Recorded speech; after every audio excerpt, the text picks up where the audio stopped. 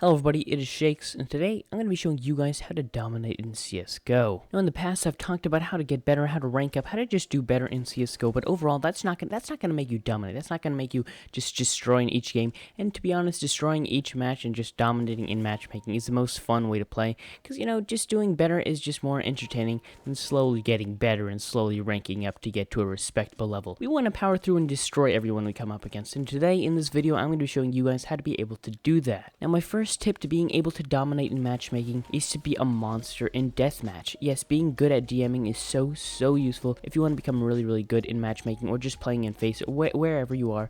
If you want to become way better at your rank, then you're going to want to be able to destroy at just the simple gun game. Just being good at gunfights, being good at taking on, situations and just fighting people. Just the bear, AK versus AK versus op, all these kinds of situations. You want to be really good at that. You want to destroy every match, try to top frag as much as possible. Just do as well as possible, because a lot of times when you're playing deathmatch, you're just kind of messing around, you're just trying to get kills and, whatever way. You're going to want to play as well as possible, be as cheap as you want. Just play as if it's in an actual game and you actually want to get the kills, because that's just going to change your mindset all around, and it's just going to actually prepare you for when you actually are in a game and actually end up finding yourself in that situation. A lot of times when we're playing deathmatch, we're playing in a way that we never would play in a normal competitive match, and that kind of difference really doesn't really prepare you for when you're actually in that kind of situation. So it's practically as if you never played deathmatch in the first place, because you're not going to really replicate your talent, your abilities, all the things that you've practiced. You're not going to replicate that if you don't play the same way in deathmatch as you do in matchmaking. Keeping that in mind, take way more risks than you would in matchmaking. Put yourself in situations that you normally wouldn't put yourself in. Just practice as if you're being forced into every different situation that you normally wouldn't really find yourself in, just so you can get the feel of every kind of situation. Because oftentimes in deathmatch, you kind of playing a little bit realistically. If there's multiple people holding down like A site on Dust 2, if you're playing that, then you're not really going to try to attack there, but practice as if that is an actual situation in the game. Try to take on situations that you normally wouldn't. If there's two people around the corner, try to push both of them, try to take them on, and most of the time, yes, you will get destroyed, because it's just not a scenario where you have an advantage. That's the kind of thing that you want to be prepared for, because in matchmaking, there's a bunch of times where it's like a 4v1, and you're going to want to get as many kills as possible, take out as many people as you can, just win as many clutches as possible. So if you practice that in deathmatch, then you're actually going to have a way higher chance of being able to do that in matchmaking. But keep in mind what I said before, practice as if, you're not just playing completely ballsy. Try to practice as if, yes, you are in a difficult scenario, but you still are trying to play as, realistically as you can by getting as many kills. So, counter-strafe, kind of really just try to play as realistically as you would and actually really try to get kills. Because a lot of times, as I said, in deathmatch, you're not really in the mindset of, oh, I really want to get these kills and I really want to play as if I'm in a real match. And yes, I understand that it seems as if I'm repeating this point over and over again, that why does he keep talking about this? It's because if you keep your mindset consistent throughout all your matches and all the different modes that you play in, if you play the same way in each and you just have the same kind of mindset, then you're practicing for all of them at the same time. It's super useful. That's why, in Wingman, people always play differently, and it just doesn't give you the same kind of vibe. That's why if you're really good in Wingman, you might not be very good on matchmaking, because people play different all the time. They don't play in the same way. They're not as confident. It's just an entirely different game, and that's why your wingman rank does not match your matchmaking rank, because it's an entirely different game. But if you practice the same way that you're going to actually play, then the way you practice, if you can constantly top score in deathmatch, then you're going to be playing way better in matchmaking. And just to close out this point about deathmatch, just make sure you're practicing with a bunch of different guns. You don't have to practice with like the PP Bison or like the Auto Sniper, but just practice with guns that are very commonly used, like, even the pistols like the P250 or the Tech 9, the Deagle, the UMP, guns that are commonly found and used in the actual game, because you want to be able to, practice as if you're playing in a normal match, because a lot of times you're going to be playing with a UMP against someone who has an AK or something, and if you can consistently win those duels, then you're just going to have a massive advantage, because the majority of people do not practice in deathmatch, using UMPs against AKs. So if you're in that kind of scenario, you're going to have a way higher chance of winning that, because nobody expects someone with a UMP to destroy someone who has a way better gun than them, and then obviously just being able to win those kinds of gun duels will give you just a massive advantage in rounds and, all your economy and all of those things that come from, just being good at DMing. And now that you're a DM god, the next best step and most important step is to become a god with grenades. Yes, being good with grenades is incredibly important, especially in matchmaking where people are a little bit more shy to play. They're not as, ready to jump into it as face it. They want, more of a setup. People are more willing to push into a site when they know there's things in place, smokes and stuff to prevent them from getting needlessly killed, because nobody wants to be an entry fragger in matchmaking. Let's face it, everyone wants to be the top frag that gets a million kills and never dies. Jokes aside though, having grenades and just being good with them, having the smokes down, having the molotovs down to push people out of positions, being able to flash into sight is so useful, because a lot of times in matchmaking it's really nobody's fault. People are just kind of afraid to push into sites, so if you have those things in place, everybody's going to be willing to push out, and just properly understanding the utility of these items is so effective, because it's only $300 or $200 or $400. Just being able to use them correctly is so useful, because just a few good nades in place can easily give you guys sight advantage. I mean, I remember, old Vertigo, it was so easy to just destroy as terrorist side on, either side if you just had a few players who understood smokes. That just shows how powerful they are on certain maps, because, covering up an entire sight line for $300 is so powerful, and I don't think enough players in matchmaking understand it. Understand the smoke spots, be ready to practice them. Just look up a lot of videos on smoke spots. If you guys want me to make one, I can do that. It's very easy for me to do something like that if you guys want to see it, so just, recommend it in the comments. Also, being able to use pop flashes is so effective, because a lot of people don't expect it in matchmaking. It's not a pro tournament, people don't really expect that kind of thing, and just being able to use molotovs and things like grenades to force people out of positions is very effective if you have no other way of pushing someone out of an advantageous position. Fully understanding all the different types of throws, like overhand, underhand, and in the mid-range throw, it's the left click, the right click, and holding down both buttons, if you didn't already know, but so you should know that if you didn't know that, so just keep that in mind. Understanding the difference between running forward, running backwards, standing still, jumping, all these different things have different effects on how you throw the grenade, and if you don't throw it the right way, or you throw it, while running at an angle, like diagonally, it's going to throw off the course. So just understanding all these concepts and being able to use them is super effective, because running backwards, you can make a forwards throw more like a medium throw. If you want to get it to a certain position, you're going to have to understand how to get it there, because, a lot of times people misplace their flashes.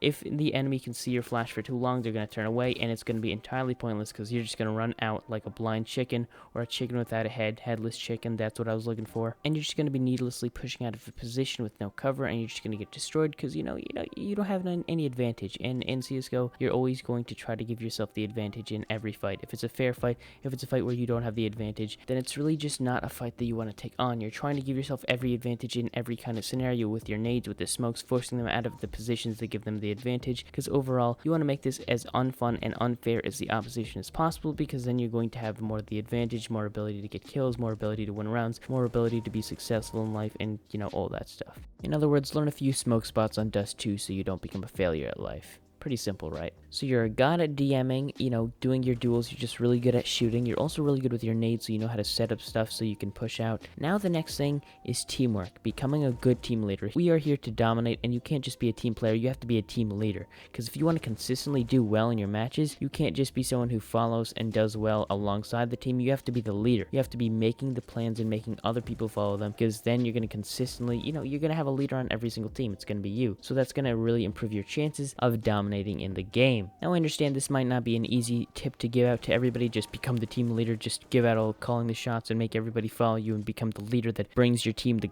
glorious glory of winning CSGO game. But like every other concept I spoke about in this video before, you're going to want to practice, because the more and more you can lead your team, the better you're going to be at it, the better you will be at controlling your teammates and making sure they follow through with their plans and everybody works together. You have to understand that 5 mediocre players working together is way better than 1 god working separately and trying to be a lone wolf, because you see it all the time in matchmaking. There's a ton of really talented players who know how to, they understand the grenades, they understand how to shoot, they understand how to do all of these things, but they think they're so good, they have such a big ego that they think, oh, I'm gonna just do this all myself. I don't really have to care what my team's doing. I'm gonna push where I want to push. I'm gonna make my own decisions and not really care about my team. And that kind of mindset is what gets really good players stuck at ranks that they don't belong. Maybe they're really skillful, but they just think they are so skillful that they don't belong in that rank, and therefore they don't care what anybody at that rank says, because they think they're better than them. Newsflash, fellas, there's a lot of people who don't belong at their rank. There's a lot of bad players at your rank. There's a lot of good players at your rank, but if you're willing to listen to each one of them and work with a team with each one of them, then you're gonna have a way higher chance, and the only way to make sure they work together is to become the team leader. Be the one calling the shots, be the one telling, oh, well, let's all go to A, or let's all go to B. Something as simple as that, if you can get everybody to agree and everybody to go, it's way stronger than having 2 people go to A, 2 people go to B,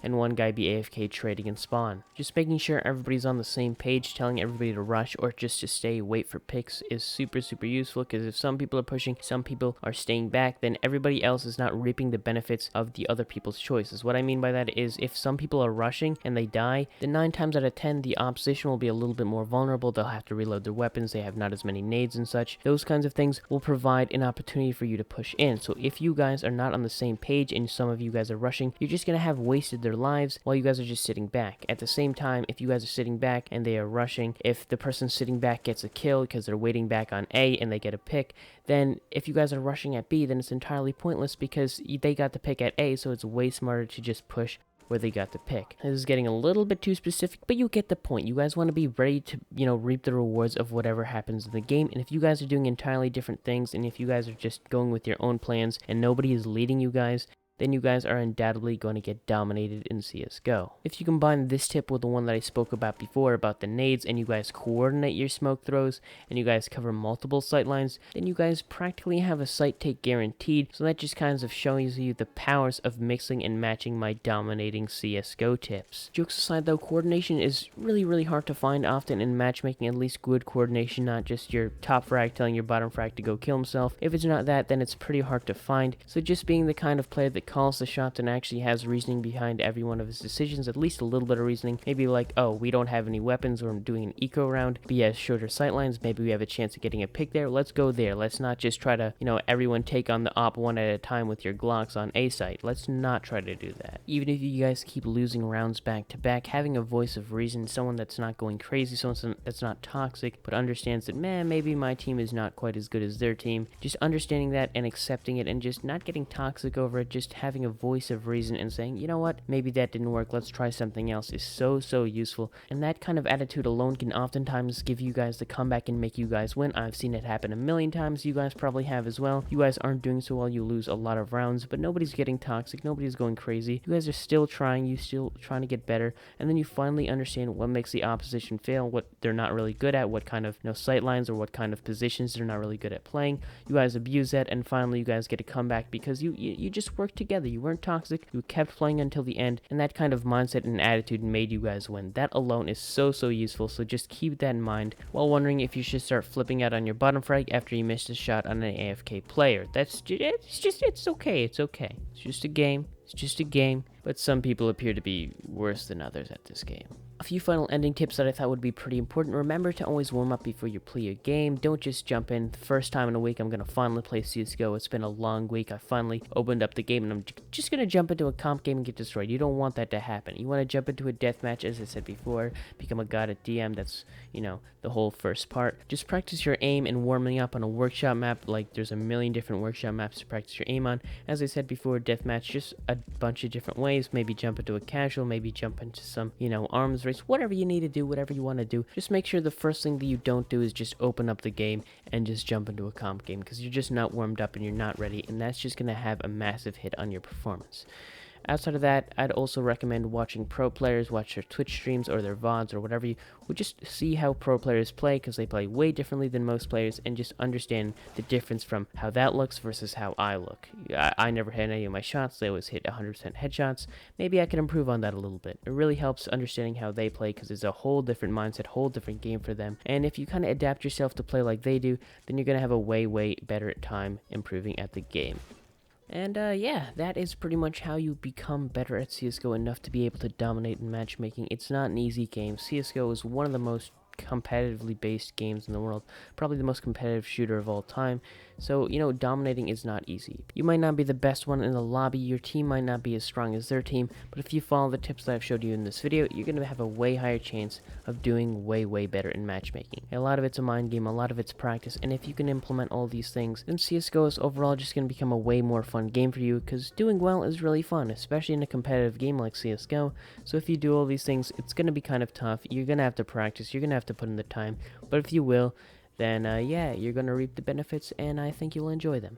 Anyway, thanks again for watching. It means a lot that you checked out my video. Like the video, as that self-explanatory. Comment if you have any suggestions or whatever you want to say. And subscribe. Hope to see you guys in the next one. Peace.